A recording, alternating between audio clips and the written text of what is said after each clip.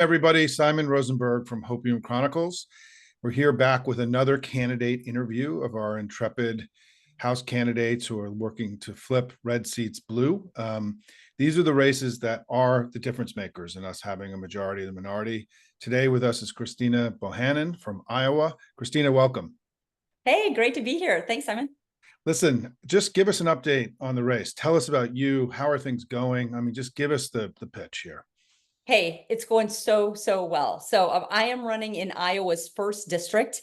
This is the southeast part of Iowa. It's a great district. It has the University of Iowa and Iowa City, which is the deepest blue part of the state. We are really turning out the Democratic vote here in Iowa City and have already registered over 2,000 new undergrads at the University of Iowa who are fired up about this election. So it's great. We also have a lot of activists here. We are knocking doors, hundreds of volunteers across this district. We are well over 60,000 doors knocked on our way to somewhere between 100 and 150,000 doors knocked to turn out the vote in this election. So things are looking really good. I have been out fundraising my Republican opponent every quarter since I've been in this race.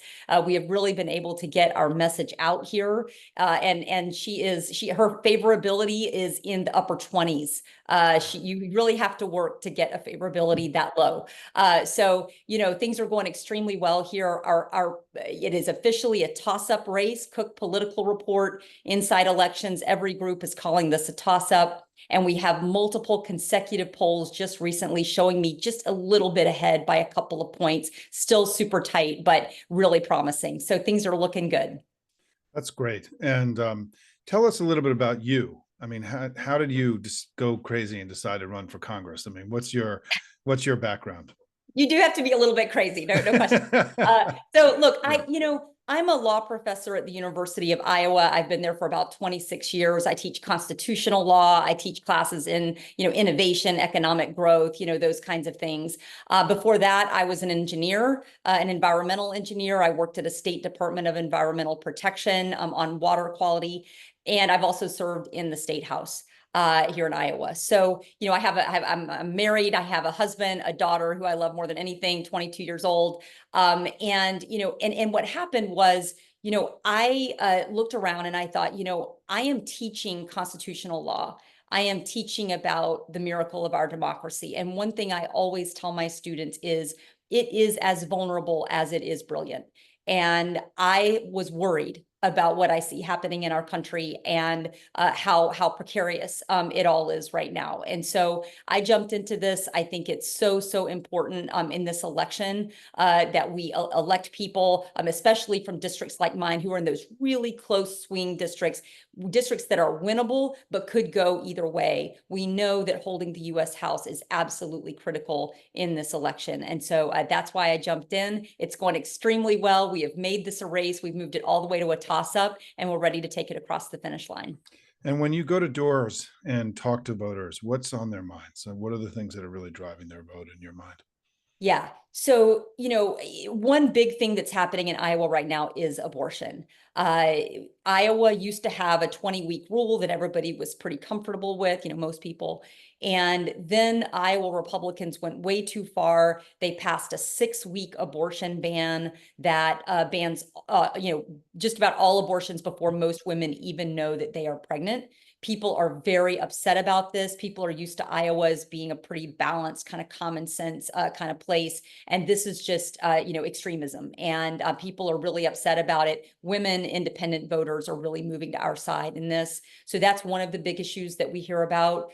Education in Iowa, actually, very similar story. Education has always been the tie that binds Republicans, independents, Democrats here in Iowa. People remember a time that Iowa was #1 in public education in the country. And yet the Republicans have disinvested in public education. They passed $1 billion private school voucher bill that's giving wealthy families incentives to send their kids to private schools. People are really devastated by that here in Iowa. And my opponent has actually, pushed a national private school voucher bill, very similar, and has voted to cut public education budgets. So, that's really unpopular. So, we're hearing those kinds of things. Healthcare, the cost of things, I think is obviously, the economy is obviously an issue there. Costs are very high still for people. Everybody's kind of adjusting to this reality of higher costs. And healthcare is a big part of that in my district because we do have an older population, a lot of people on Medicare and Social Security. So I talk a lot about prescription drug prices, and how my opponent voted against letting Medicare negotiate for lower drug prices, against capping the price of insulin. She's been one of the, biggest critics of the Affordable Care Act and its protection for people with pre-existing conditions. So, she's very much an outlier on all of these issues, and Iowans are very unhappy about it. Tell us a little bit about how you're going to close out here in terms of TV ads, your strategy for closing out and winning the election. Yeah. We had a really aggressive campaign. So we actually went up on television very early during the Olympics when people were watching, and we were the only ones up. My opponent wasn't up, no one was up. So we took a very aggressive approach. However, now that we have moved this race and the Republicans know that this is really competitive, they are absolutely pouring in millions of dollars in attack ads against me. Really ugly stuff, but also very generic stuff, that we see all over the country. They don't have anything on me, but, they're going to drill that in as much as they can, the culture war issues and so on. So we know that we have to be competitive. We cannot get outspent in this election. So I am fortunate I have support from the DCCC, House Majority PAC. They've invested $5 million in this race. So that's great. But, we are basically right now at parity with the Republicans. And at any time, they could just have a billionaire donor who dumps in $1 million or $2 million in this race and could make things very difficult for us. So we have to keep raising on our end to keep those TV ads up, as well as digital and mail and all the other ways that we're connecting with voters. Well, and I want to tell members of my community about a little bit about interpreting what you said and how important it is that, I was the chief strategist at the DCCC in the 2018 cycle when we flipped it last time. And one of our big strategies was we focused a lot on name ID and early ads. And just because when you've got an unpopular incumbent, as you do, the key thing is just to let people know that there's an acceptable alternative. It is the most critical step. We focus so heavily on name ID. And so the fact that you went up early, kudos to you. Smart strategy in a race like this. Number two, everybody, what it means is the money we provide, the volunteering that you do, is really critical right now, because what happens in a race like this at the end, and the fact that you're even up in some polls is very encouraging, is what usually happens in races like this is that at the end, the people who are not with the incumbent flow to the challenger, but they have to know the challenger's there.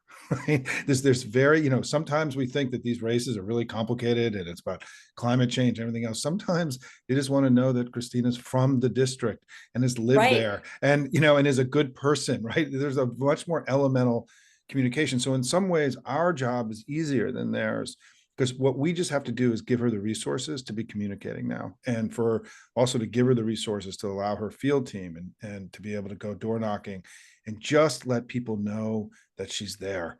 And so I'm very encouraged by what you've laid out today. These are the what you just described are the kind of races, everybody, that we win in the closing weeks. And so that's why it's so important to give, to volunteer, to help provide the resources that she can close strong.